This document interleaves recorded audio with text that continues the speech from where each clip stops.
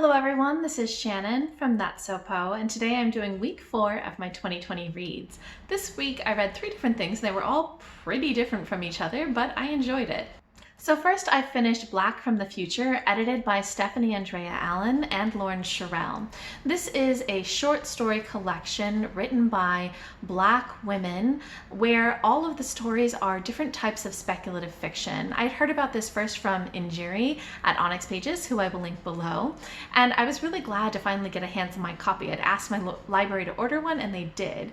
So this collection really ranges things like more fantastical, like zombies and genies, to much more sci-fi like spaceships or new technologies and AI.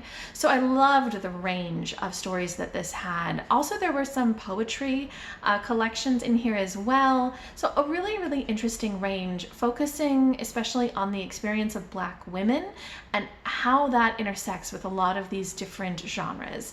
So I enjoyed a lot of that. Not all of the stories worked for me, but many of them were quite good, and there were a couple of favorites. So my 2 top favorites were Luna 600 by Stephanie Andrea Allen, which is this sci-fi about a not too far from now future where a lot of health and medical issues have been solved. People live much later.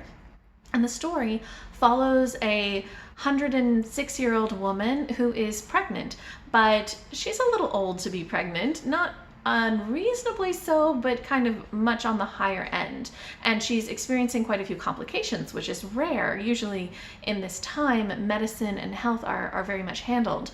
And so her wife gets her this kind of AI companion, the Luna 600, which is there to kind of help her out and also like monitor her blood pressure, these sorts of things, except that it moves from being just helpful to being much more than that, to being rather controlling and kind of in a scary way, preventing her from doing things like having some soda because that's not good for the baby.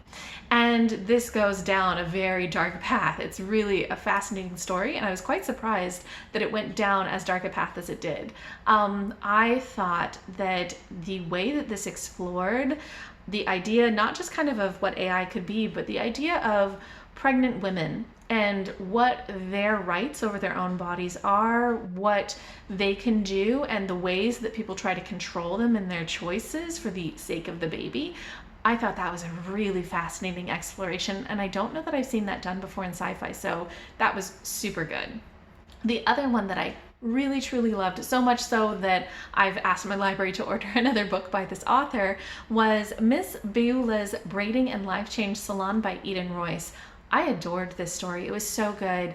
It is not that complicated, but it just really reached my heart. So it is about a world that's basically like our own, except that genie exist. And the genie are maybe not always fully accepted by the rest of people in society. But one of the genie, a Njeri, who's a female genie, has a hair salon. And she offers different kind of hair braiding and hair styling, as well as wish granting, in exchange for people letting her eat their dreams, their nightmares. And so it's a really fascinating premise, but what I loved about the story was the interaction between this Njeri and one of her customers. So what she does is her customers come in and she gives them a new hairstyle, but it's more than that. She's also giving them kind of emotional and community support. She's encouraging them.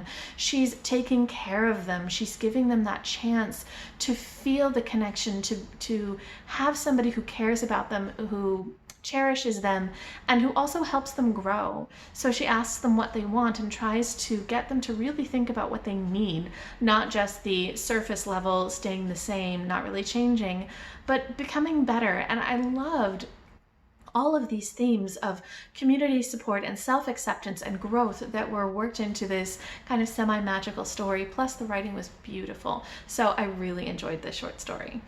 Oh, and overall, I gave an average of 3.5 stars to the stories in this collection. Next, I read Patina by Jason Reynolds. This is the second book in his track series. This is a book that I buddy read with Ian from Nur Chaos, who I will link below, and that was such a great experience. I love Jason Reynolds' writing. I think he is probably one of my favorite authors now. I so badly want to continue with the series because it's so good. This is a contemporary middle grade series about a bunch of kids on a track team, middle grade students, and each book follows one of the students and kind of looks at a lot of their background, a lot of the issues that they're facing in their home lives, and how that track team offers a place for them to find support and community. So this second book focuses on Patty, short for Patina, who is dealing with a lot of stuff and has a lot of anxiety. Her anxiety comes out in the form of wanting to take responsibility for everything, to control everything, to handle it all. And she gets very anxious when she feels like things are out of her control. I totally relate to this. I get that character. Patty is dealing with things that include her father having passed away a few years ago from suddenly passing away in his sleep, and her mother becoming unable to take care of her and her younger sister due to kind of rapidly progressing diabetes, which has really impacted her and led to some severe mobility issues. So Patty and her younger sister live with her aunt and uncle. There's a lot of interesting dynamics here between the different family members, between Patty and her mom versus Momly, which is what she calls her aunt. So there's a lot of interesting dynamics there. There's also a lot of interesting dynamics between Patty and her schoolmates, as well as her track mates. She's very isolated, very cut off intentionally by herself because she doesn't kind of want to rely on other people. She doesn't want to connect with them. And a lot of this story is her journey to learn how to connect to other people, to learn how to open up and rely on people and become strengthened through her support network. I loved so much of this story, and I really highly recommend this series. I did also really enjoy reading this with Ian because Ian's got a much sharper eye than I when it comes to issues of ableism. And I would say that that is somewhere where this book definitely falls quite short. So it was great that Jason Reynolds had included Patty's mom having some disabilities. She's got diabetes and she's lost her legs to that. And she's also probably dealing with depression, although that's not explicitly stated. So I love that that was included, but the way that it was done was from a very ableist perspective. And so in a lot of the scenes, Patty's mom is sort of disempowered, and her disability is used as a backstory for Patty rather than being some sort of representation for her.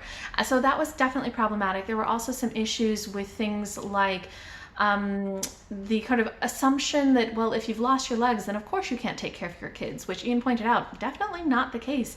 With support, you can. However, that combination of losing her legs as well as being maybe in a not as rich circumstance means that it could have been quite impossible to handle that in the US, which doesn't have great kind of support networks for anybody with medical issues. But there were definitely some ableist themes in here, and I would really love it if Jason Reynolds kind of could look into that a little bit more and grow in that area. Even so, I still really loved this book, and I still really loved what it did with Patty's character. I loved the representation of these kids going through a lot of difficult issues at home and learning how to grow in very, very healthy ways. So I loved that, and I still gave this book 5 out of 5 stars. And the last book that I read this week was Delicious in Dungeon Volume 1 by Ryoko. This is a really cute series that I'd heard about from a number of people on YouTube. It is a manga that follows sort of a group of dungeon campaigners. So this is sort of a D&D style world where there is levels in a dungeon and there are monsters and they get harder the further down you go. And this group of campaigners has lost one of its members to a dragon in one of the lower levels, and they have gone back to regroup, and they are trying to go back down into the dungeon to rescue this member who they can, bring back to life if they can get her body. So this group is unfortunately a little strapped for cash. They don't have the money to fully resupply, and they have to make a decision like, well, do we not go after her? Do we sell our armor? What do we do? Because we can't afford all the supplies we need. And they decide that what they'll do is they'll skimp on buying any food supplies and just go into the dungeon and cook the monsters that they find there. this is kind of like a weird thing. People don't normally do this. It's a little like, oh, you'd eat that? But there's a couple of members who are a little excited about it while other ones are totally grossed out. And so the manga just follows them as they go into different levels and they encounter different monsters and they try cooking them in different ways. And it's really a cooking manga. So it's all about, oh, we should fry this, or oh, you know, we should maybe saute this one or boil it or whatever. So a lot of this is about cooking the monsters. It's got some humor, it's cute, the art style is nice, the kind of world building is very fun. I think that this is just a light, fun manga to read. If you like D&D, if you like things like The Great British Baking Show, this is probably a fun one for you to pick up. I don't know that it really had anything to offer beyond that, beyond the fun kind of world building and premise, but it was definitely enjoyable to read. So I gave it 3.5 out of 5 stars. Okay, so that wraps up my week 4 reads. If anybody else has read any of these books, go ahead and leave me a comment. Let me know what you thought, or if you've read anything interesting this week, or if you have any recommendations, I'd love to hear from you.